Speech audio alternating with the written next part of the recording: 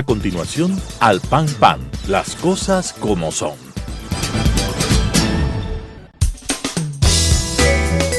Clasificación B, bajo supervisión de un adulto.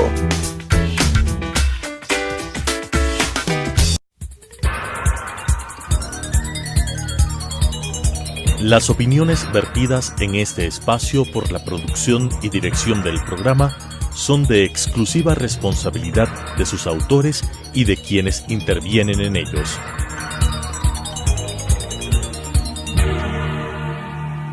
Telesucesos Canal 29 UHF presenta Al Pan Pan, las cosas como son.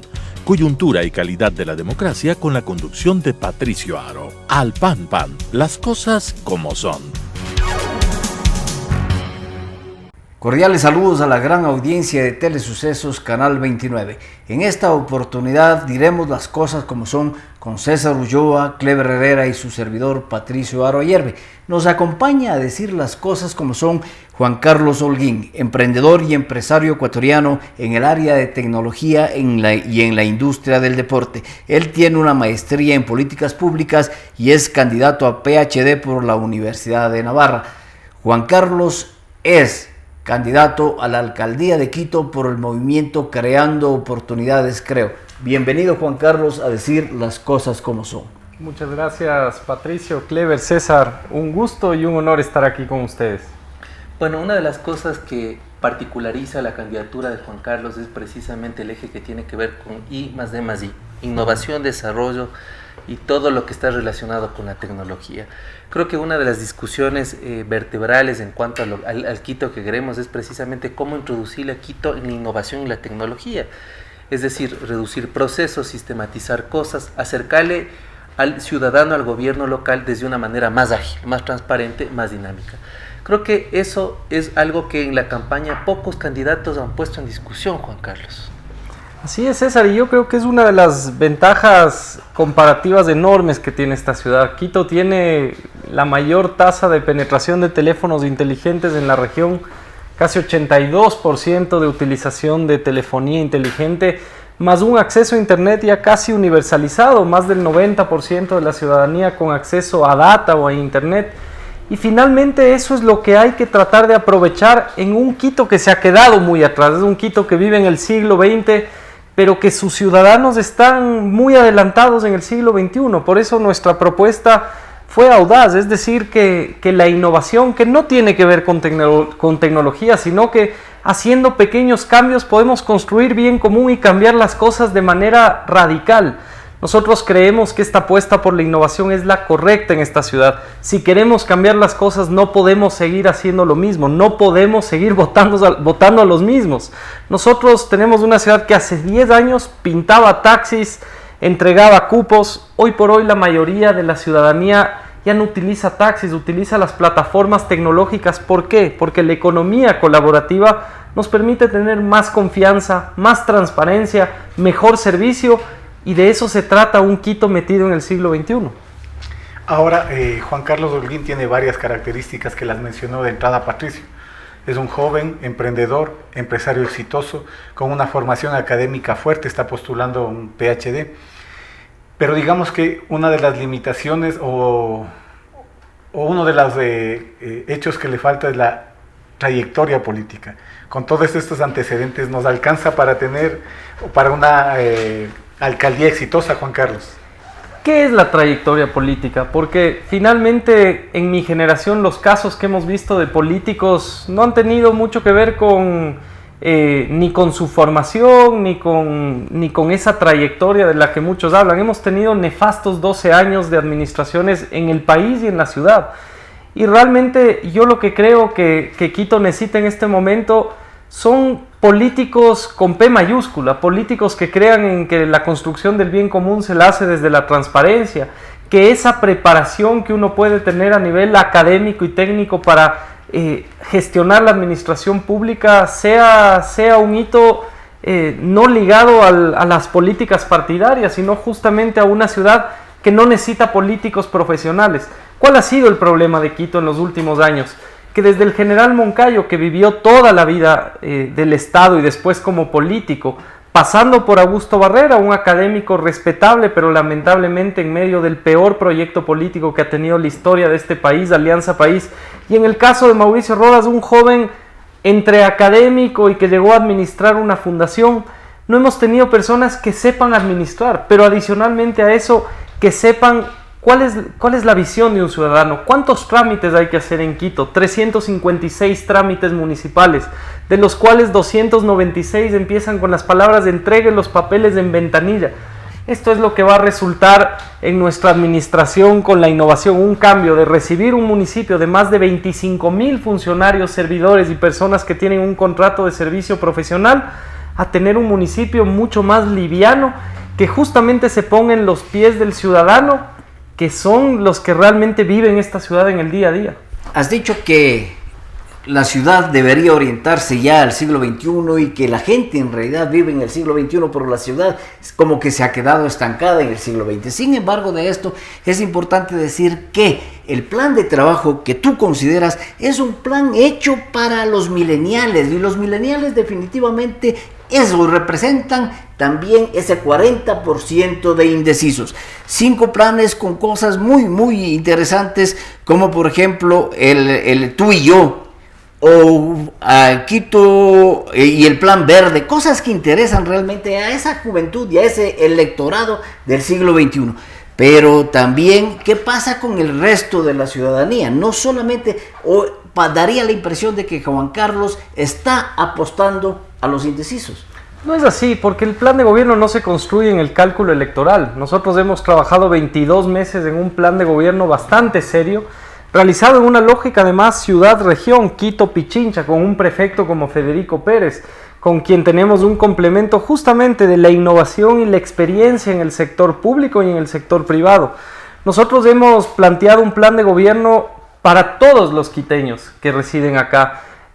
Si bien es cierto, en estas elecciones la mayor cantidad de votantes son los menores de 35 años, en la ciudad viven más allá de un casi 67% de jóvenes que representan otra ventaja comparativa enorme hacia el futuro de esta ciudad, adultos mayores que hoy por hoy están sin trabajo. Cuando nosotros planteamos, por ejemplo, la universidad virtual, la primera universidad virtual municipal para esta generación que está desempleada de menores de 40 años, también paralelamente planteamos la universidad del adulto mayor, que permita una empleabilidad absoluta a los adultos mayores que hoy por hoy representan una de las tasas de desempleo más grandes del país.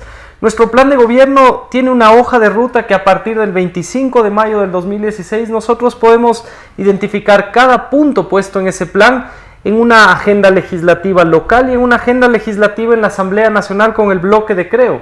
Nosotros cuando pensamos un proyecto como por ejemplo que el municipio sea más pequeño, hablamos del estatuto autonómico, que esto no tiene una visión de edad, tiene más bien la herramienta perfecta para que esta ciudad vuelva a discutir en un verdadero proceso de participación ciudadana cuál es la estructura de municipio que quiere.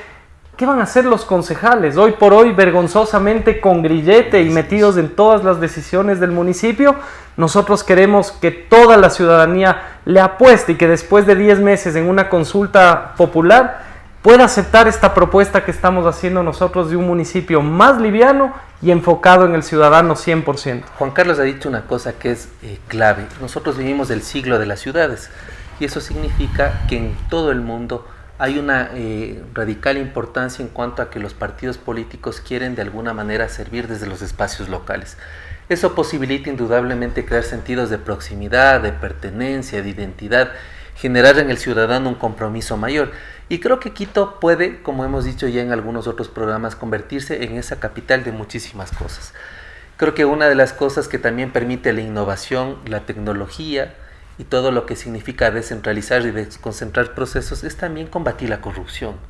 Me parece que con procesos de gobierno abierto, por ejemplo, la ciudad podría de alguna manera tener instrumentos que transparenten, que permiten al ciudadano fiscalizar y sobre todo que el ciudadano esté enterado desde la misma tecnología.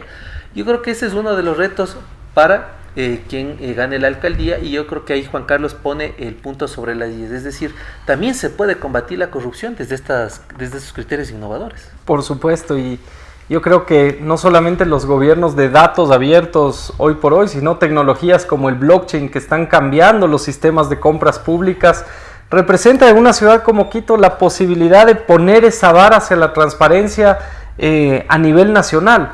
Nosotros adicionalmente estamos proponiendo en esta reestructuración municipal que Quito en esto debe pasar a la sociedad civil. Una de las aberraciones más grandes del correísmo es que trataron de captar todos los equilibrios de la democracia, inclusive en el gobierno local.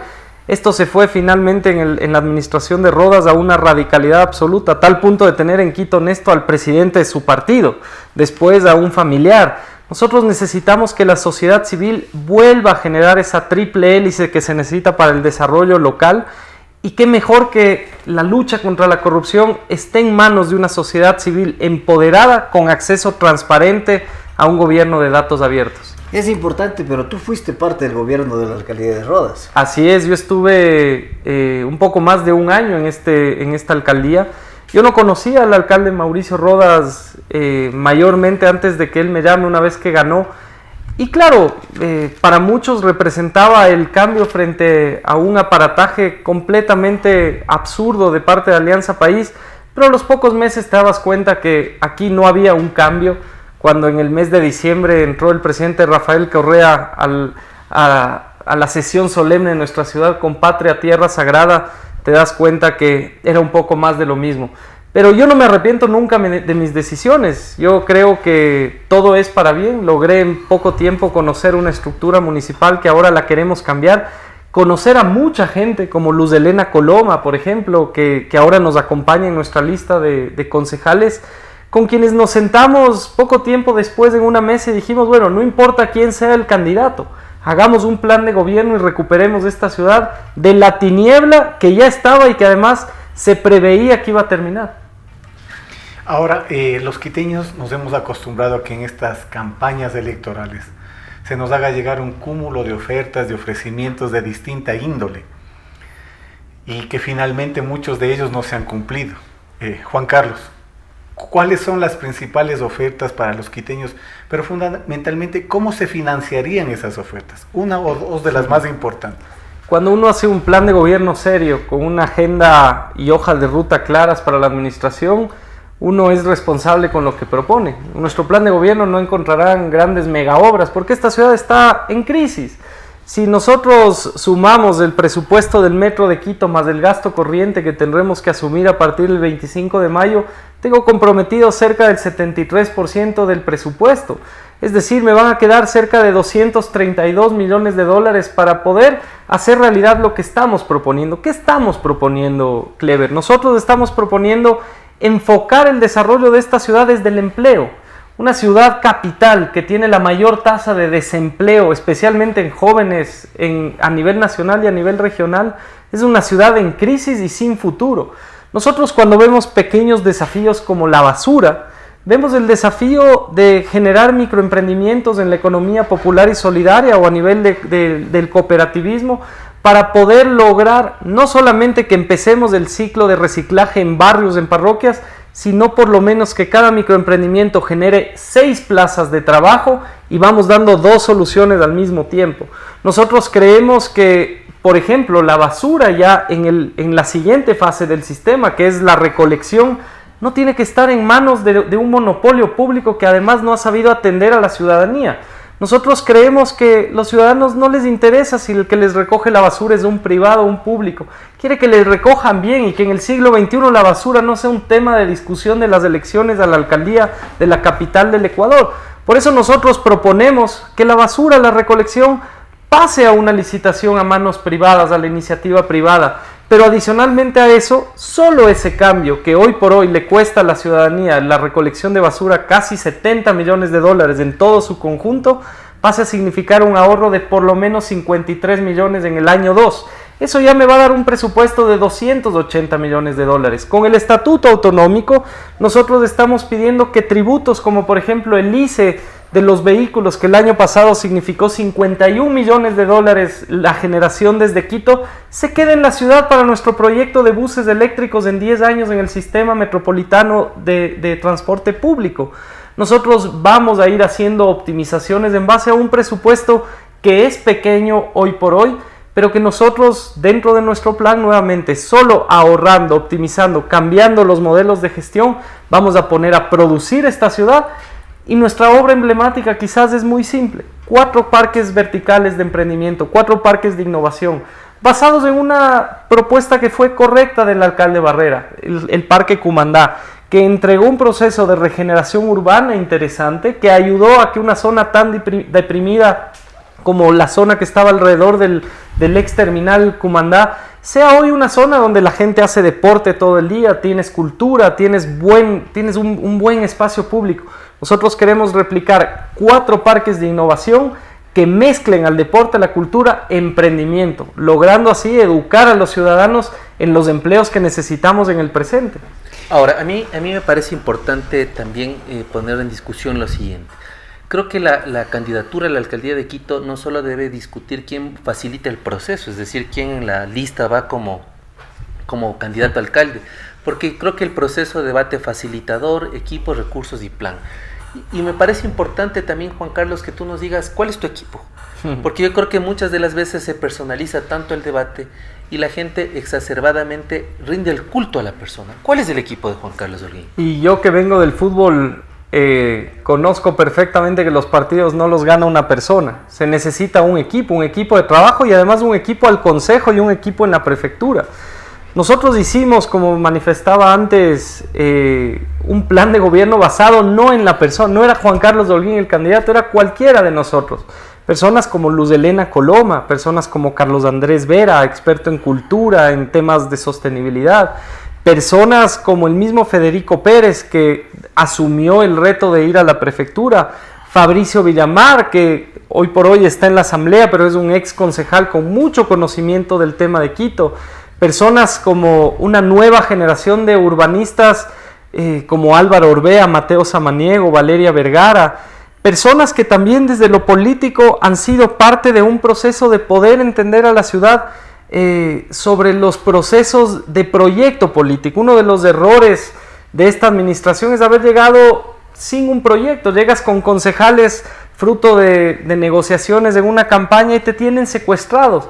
Nosotros tomamos una decisión de afiliarnos más de 110 personas a Creo, justamente considerando que uno tiene que tener un partido sólido para que funcione la democracia. Creemos en los partidos, Creo nos abrió las puertas, confiamos plenamente en las visiones de Guillermo Lasso, del partido, en el modelo económico que necesita este país, y eso es lo que nos hace a nosotros diferentes. Nuestros concejales son personas que comparten plenamente esta visión, desde el primero hasta el quinto de cada lista, de cada distrito, y en el caso de parroquias hasta el sexto, sobre que los concejales no pueden tener más asesores y personal que un asambleísta nacional, que tenemos que separar definitivamente el trabajo del ejecutivo que el de los concejales. Hoy por hoy los concejales de Quito aprueban cuántos pisos tiene que construir un promotor inmobiliario en la ciudad, y de esa manera extorsionan, y de esa manera tenemos un municipio con concejales con grillete.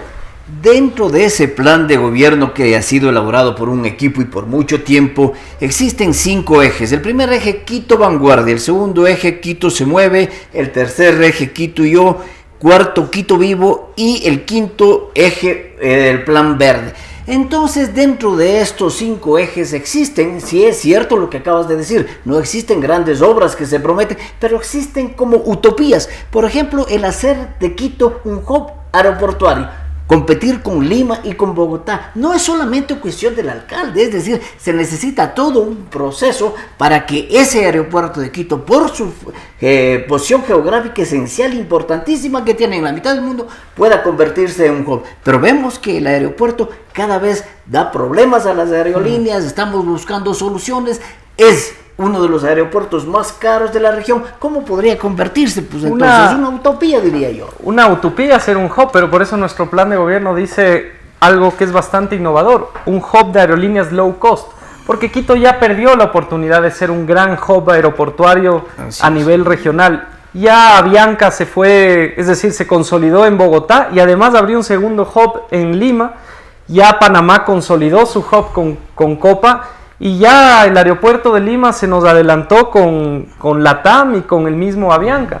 Nosotros lamentablemente no preveímos lo que iba a pasar, y eso es cuando yo digo no podemos regresar 10 años al pasado cuando no preveyeron lo que iba a suceder en el mundo. Pero hoy por hoy Quito tiene una oportunidad histórica y es lograr justamente un cambio hacia donde está yendo la industria aeronáutica en el mundo, que son las aerolíneas de bajo costo. Nosotros sí consideramos que se puede llevar a cabo una negociación transparente, una visión conjunta con el concesionario del aeropuerto para que esos costos que no son competitivos del aeropuerto nos permitan poder ser el ancla en este momento de más y una mayor cantidad de aerolíneas low cost y que Quito pueda consolidarse como un hub de llegadas de estas aerolíneas de bajo costo y de carga de bajo costo del mundo. Latinoamérica no ha tenido en este momento una posición consolidada para atracción de inversiones de aerolíneas de bajo costo, y entendamos que el futuro en los próximos 25 años va a ser el turismo latinoamericano, y ante la falta de competitividad aeroportuaria no es posible que en el siglo XXI no tengamos todavía pensado a nivel regional el tren rápido entre Colombia, Perú, Ecuador, que nos permita explotar el turismo interno el turismo europeo, americano. Nosotros tendríamos que tener una visión muy clara de que el pasajero aeroportuario pueda tener un terminal de low cost y atraer a la mayor cantidad de aerolíneas de bajo costo acá. Nosotros estamos planteando que inclusive tengamos una pista, una tercera pista en este momento solo para bajo costo en la ciudad. Que está planificada una tercera pista en el estaba planificada en el plan maestro para ser construida hace 3 años, pero lamentablemente ese contrato de concesión tuvo muchas permisibilidades al concesionario y lamentablemente no se ha seguido el plan maestro. Hoy por hoy tenemos una oportunidad histórica porque dados los cambios fruto del estudio de Contraloría, ese aeropuerto necesita ahora tener un nuevo contrato, una enmienda a ese contrato, y es la oportunidad de poder, en conjunto con el sector privado, lograr una visión de lo que Quito quiere para su puerto aéreo. Otro elemento importante que lo hemos visto en los últimos años es que la participación de la ciudadanía, de la organización natural, la organización barrial, ha sido sacada del escenario del municipio, ha sido visto más como una amenaza, más que como una fortaleza para apoyar, para aportar al desarrollo del municipio como institución y de la ciudad como tal. Si nosotros revisamos los datos de, por ejemplo, cuántas veces se utilizó la silla vacía, el mecanismo de silla vacía en la ciudad, es 1 o 2 veces, es ínfimo. La Secretaría Técnica de Participación Ciudadana ha servido simplemente como un adorno, como un letrero para que las administraciones municipales digan sí estamos haciendo que la ciudadanía participe. Juan Carlos, ¿qué importancia le vas a dar tú a la participación ciudadana en tu administración? Este municipio se politizó demasiado, desde el correísmo y ahora en esta última administración. Cuando tú entregas administraciones zonales a un concejal, tú tienes una hiperpolitización de las estructuras, inclusive de descentralización. Nosotros proponemos justamente un eje que es el de Quito participativo, el tú y yo, que con tecnología y con la herramienta del Estatuto Autonómico nos permita reconstruir esas redes en el tejido de la relación entre el administrador y el ciudadano. Nosotros ya no queremos que hayan ordenanzas como la 102 que vuelven a tener instrumentos de politización para que ciertos líderes sean los que lleven la relación. Hoy por hoy, con la tecnología, con un teléfono inteligente, podemos tener escenarios de participación supremamente activos, y Quito tiene fenómenos que no tienen otras ciudades. Las ligas barriales son, por ejemplo, fenómenos que bien canalizados desde la política pública nos permiten generar cambios rápidamente y, por ejemplo, luchar desde ahí contra la inseguridad. De esta manera, con el candidato a la alcaldía de Quito por el movimiento Creando Oportunidades, creo, Juan Carlos Holguín, hemos dicho las cosas como son. Al pan pan. Las opiniones vertidas en este espacio por la producción y dirección del programa son de exclusiva responsabilidad de sus autores y de quienes intervienen en ellos.